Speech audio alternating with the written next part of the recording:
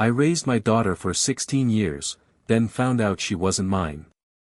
I'm 45 years old, and for the last year, I've been living with a truth that destroyed everything I thought I knew about love, family, and loyalty.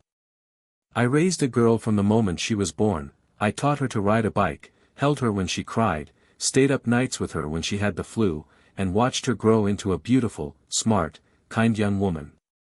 But she isn't mine. Not biologically. And her mother, my wife of 17 years, knew it all along. How it all began. I met Laura when I was 26. She was 24, fun, confident, the kind of woman who could walk into any room and make it brighter. I fell for her fast, and within a year, we were married. We weren't rich, but we were happy. She worked as a nurse, and I worked construction. We wanted kids, but agreed to wait until things were stable. Around our second anniversary, Laura got pregnant. It wasn't exactly planned, but we were overjoyed. I still remember the night she showed me the test, shaking, crying, laughing all at once. I lifted her off the ground and spun her around, shouting, "We're going to be parents." We had no idea that moment would become a cruel irony years later. Becoming a father. When Maddie was born, something inside me shifted. I wasn't scared or hesitant. I looked at that tiny, pink, wrinkled little face, and I just knew, she was my whole world. From that day on, everything revolved around her. I took extra shifts, worked weekends, did whatever I could to make sure Laura and Maddie had everything they needed. I remember standing over Maddie's crib at 3 a.m., whispering, "I'll always protect you. No matter what." Those words haunt me now. Little cracks in the marriage. Our marriage wasn't perfect. Whose is? Laura started working night shifts when Maddie was about 4. She said it paid better, and since I worked early mornings, we'd trade off. I'd tuck Maddie in, she'd get her ready for preschool. But slowly, the distance grew. Laura became more irritable, more secretive. I'd wake up and find her texting in the bathroom, or coming home smelling like cologne that wasn't mine. I asked once, half joking, "Got a secret admirer at work?" She just laughed and said, "You're paranoid." I wanted to believe her. So I did. The years flew by. Maddie grew fast. She had my smile, everyone said so, my sense of humor, even my stubborn streak. I taught her to swim, helped her with homework, and took her camping every summer. She called me her hero. I called her, Bug. When she turned 10, Laura and I were barely speaking. I blamed stress, exhaustion, maybe even boredom. But I stayed because of Maddie. Leaving meant losing time with her, and I couldn't stomach that. I thought, I can deal with anything, as long as my daughter knows her dad loves her. The day that changed everything. 2 years ago, Maddie got sick, nothing serious, just a persistent infection. The doctor recommended some tests to be safe. One of them was a genetic test to rule out certain hereditary conditions. Laura and I both consented. A few weeks later, the doctor asked us to come in for a discussion. He sat us down, looked uncomfortable, and said, "I need to confirm, are you Maddie's biological parents?" Laura froze. My stomach turned cold. The doctor went on, explaining that Maddie's DNA didn't match mine, not even remotely. He said mistakes happen in parentage all the time, but we might need to verify maternity too. That's when Laura started crying. I didn't even ask questions. I just got up and walked out. The confession. That night, Laura admitted it all. 16 years earlier, when she was working nights, she had an affair, short, stupid, meaningless, she said, with a doctor at the hospital. She got pregnant and didn't know who the father was. When the test came back, she made a choice to keep the truth hidden, for the sake of our family. She said she never told him either. I didn't yell. I didn't cry. I just sat there, staring at the woman I'd loved for almost 2 decades, realizing she'd built our entire life on a lie. The fallout. I moved out the next day. Maddie begged me not to go, she didn't know what was happening. Laura told her, "Your dad needs some space." "Dad," she said, clutching my arm, "did I do something wrong?" That broke me. I hugged her, kissed her head, and told her she was perfect. Because she was. For months, I lived in a rented apartment, numb. I couldn't eat, couldn't sleep. Friends said I should take a paternity test, just to be sure. I already knew. The papers came back confirming it, 0% probability. 16 years of love, laughter, memories, and none of it connected by blood. Trying to move forward. I tried to rebuild. Therapy helped. But the hardest part wasn't losing my wife, it was deciding what to do about Maddie. Because biologically, she wasn't mine. But emotionally, she was everything. I didn't want to punish her for her mother's betrayal. She still called, still sent me texts. "Dad, can you help with my math homework? Dad, can we still go camping this summer?" I couldn't say no. So I didn't. We still saw each other every weekend. I told her the truth eventually, gently, carefully. She cried for days, but in the end, she said something I'll never forget. "You'll always be my dad. I don't care about DNA." Laura's regret. A few months after everything came out, Laura reached out, not to apologize, but to ask if I could help pay Maddie's college tuition. I almost laughed. I told her I'd support Maddie directly, not through her. Laura said I was being cold. She said, "You raised her for 16 years, doesn't that mean anything?" "It means everything," I told her. That's why her lie hurts so much. The other man. Eventually, curiosity got the better of me. I found out who Maddie's biological father was, a man named Dr. Richard Hale. Still working at the same hospital. Married. 2 kids. I debated contacting him but didn't. What good would it do? Maddie already had a dad, me, even if the universe decided to mock that fact. But one day, Richard reached out first. Apparently, Laura told him the truth after I left. He emailed me, apologizing, saying he had no idea, and that he wanted to get to know Maddie. I told him to stay away. She wasn't his project or his redemption story. A different kind of love. Over the past year, I've come to understand something complicated. Being a father isn't about biology. It's about showing up. It's about staying when things get hard, sacrificing without asking for credit, and loving someone even when they're not yours. Maddie still visits every week. We cook dinner together, watch movies, talk about her future. She wants to study medicine. She's everything I hoped she'd be. Sometimes she asks if I regret anything. I tell her I regret what her mother did, not her. Where I am now. Laura and I finalized our divorce 6 months ago. She's trying to rebuild too, I suppose. I don't hate her anymore, but I'll never forgive her. You don't just forgive 16 years of deception.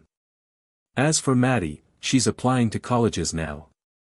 I'm helping her with essays, saving money for tuition, trying to stay present even when my heart still aches. Every once in a while, I'll look at old photos, the hospital room, the first day of kindergarten, the father-daughter dance at middle school, and I'll see me holding her. I know now that those moments were real, even if the biology wasn't. Love made them real. The final conversation. A few weeks ago, Maddie and I were sitting on the porch, watching the sunset.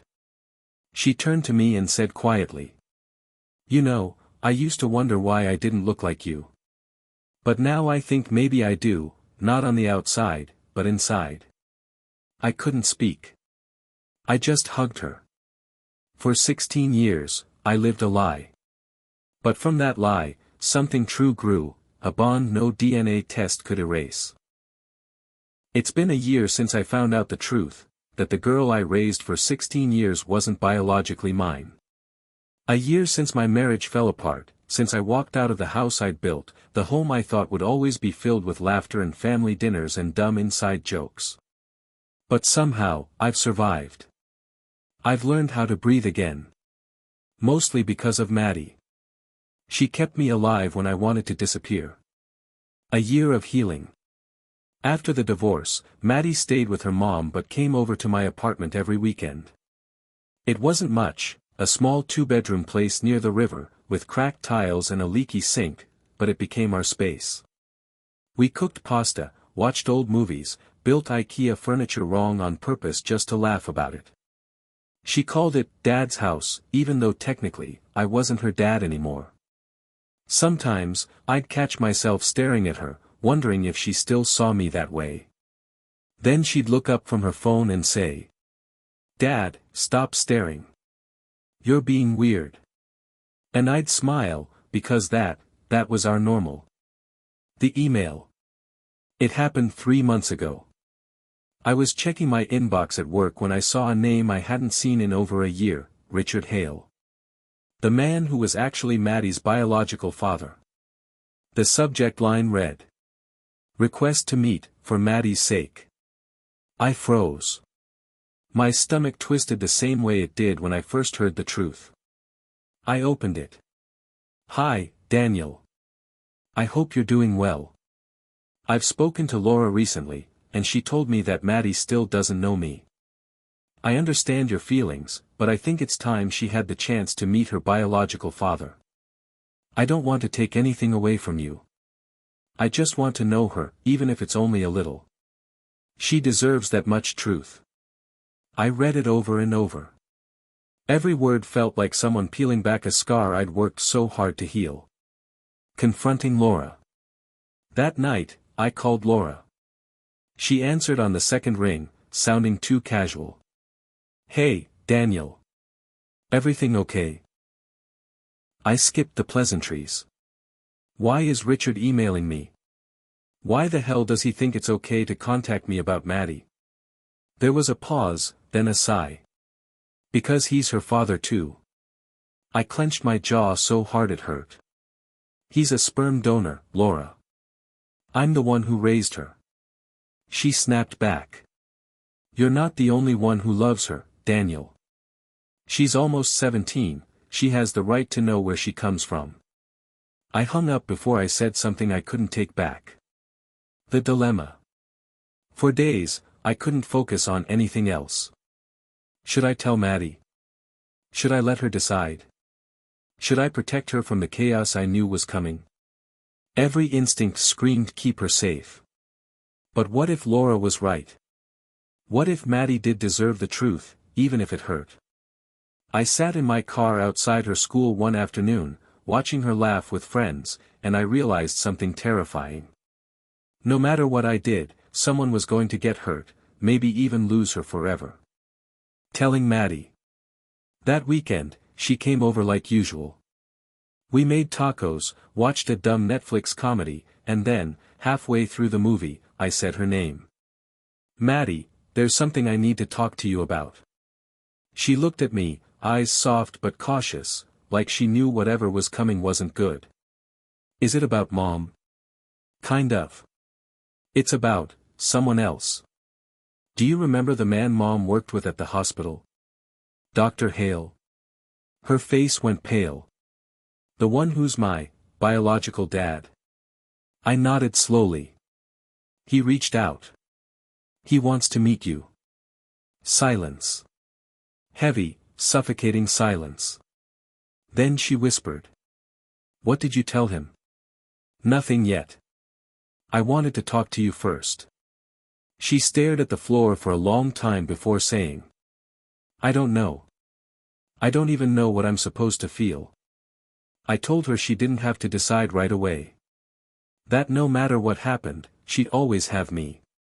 She nodded, but I saw the conflict in her eyes, curiosity battling loyalty. The first meeting. A week later, Maddie called.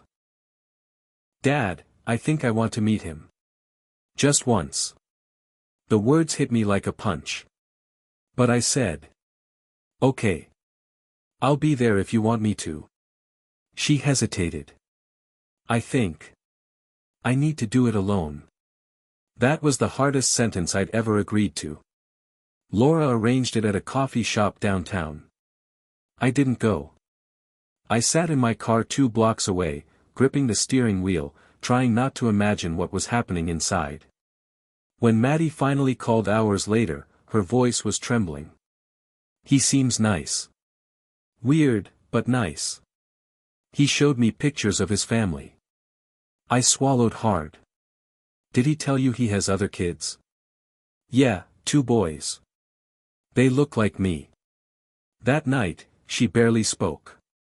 She went straight to bed.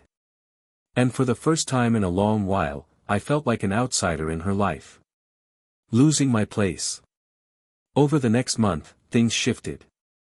Slowly, subtly, painfully. Maddie started talking about Richard, calling him Rick.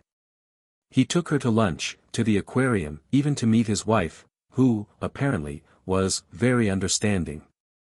I tried to be supportive, but every time she mentioned his name, something inside me cracked. I'd ask, "Did you have fun?" And she'd say, "Yeah, Rick's cool. He's different." Different. Not better, I told myself. Just different. But that didn't stop the jealousy from eating me alive. The argument. It came to a head one evening. Maddie had just gotten back from spending the weekend with Richard's family. She was glowing, talking non-stop about his big house, his sons, his wife who makes the best lasagna ever. I tried to smile. I really did. But when she said, they invited me on their summer trip to Florida, something inside me snapped. You're going with them? What about our camping trip? She looked guilty. Dad, I didn't say I'm going.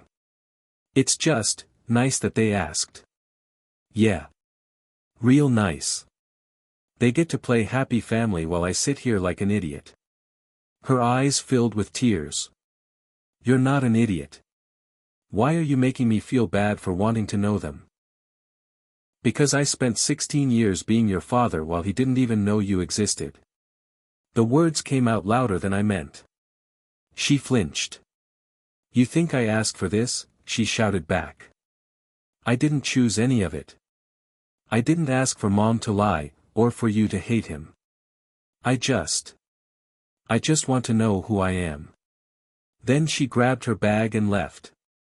I didn't stop her. The silence.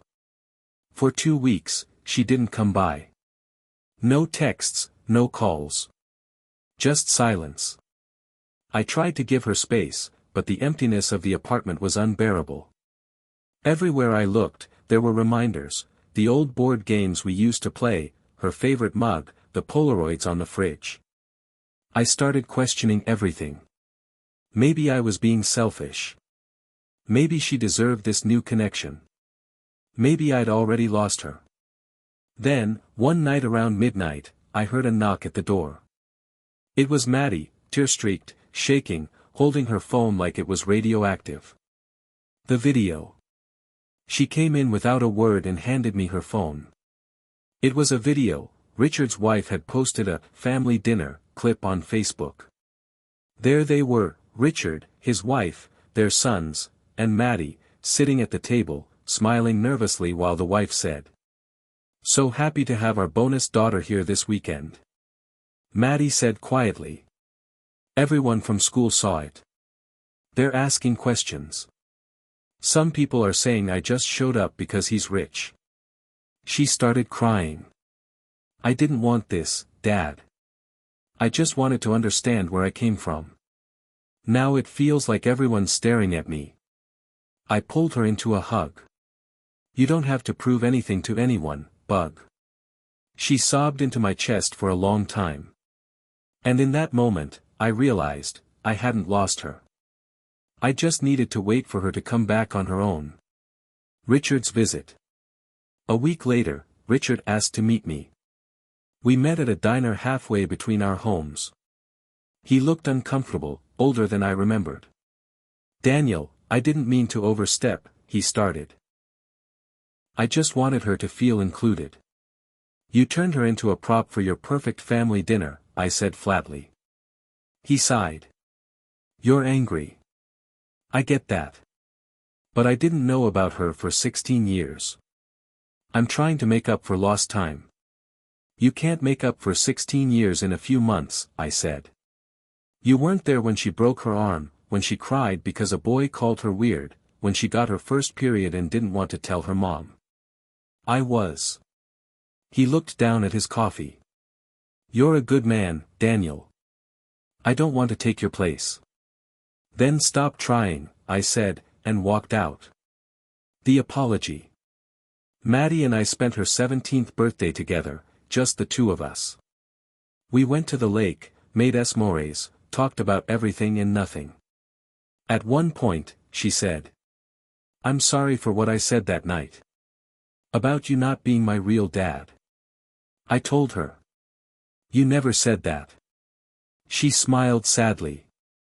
I thought it. And I forgave you for that too, I said. She looked at me, eyes wet. You know what's funny? The more I get to know him, the more I realize how much of me came from you. That was the best birthday gift I could have asked for. Laura's decline. Meanwhile, Laura wasn't doing well. She'd been drinking more, missing work, sending me late-night texts saying she made the biggest mistake of her life. I didn't respond most of the time. I didn't owe her anything. But I worried about Maddie, who still lived with her during the week. One evening, Maddie called me crying. Laura had passed out drunk, and she didn't know what to do. I drove over, helped her put her mom to bed, and then we just sat in silence. You shouldn't have to take care of her, I said. Neither should you, Maddie whispered. A new beginning. Eventually, Maddie asked if she could move in with me full-time. I said yes before she finished the sentence. We signed a new lease together, found a small house with a backyard big enough for a hammock and a fire pit. She painted her room yellow. Richard still calls sometimes, and she still meets him occasionally, but now on her terms. And every time she comes home from those visits, she sits down next to me on the couch and says, it's weird. I like him, but he doesn't feel like family. I smile and say, family isn't about who you come from, Maddie. It's about who stays. Epilogue. Last week, she handed me a college application form. Under father's name, she wrote, Daniel Carter. I asked if she wanted to list both names. She shook her head. You're the only dad who's ever been there for me. That's the only name I need. And for the first time since my world fell apart, I cried, not out of pain, but gratitude. 16 years of lies created one undeniable truth. I may not have given her life, but she gave mine meaning.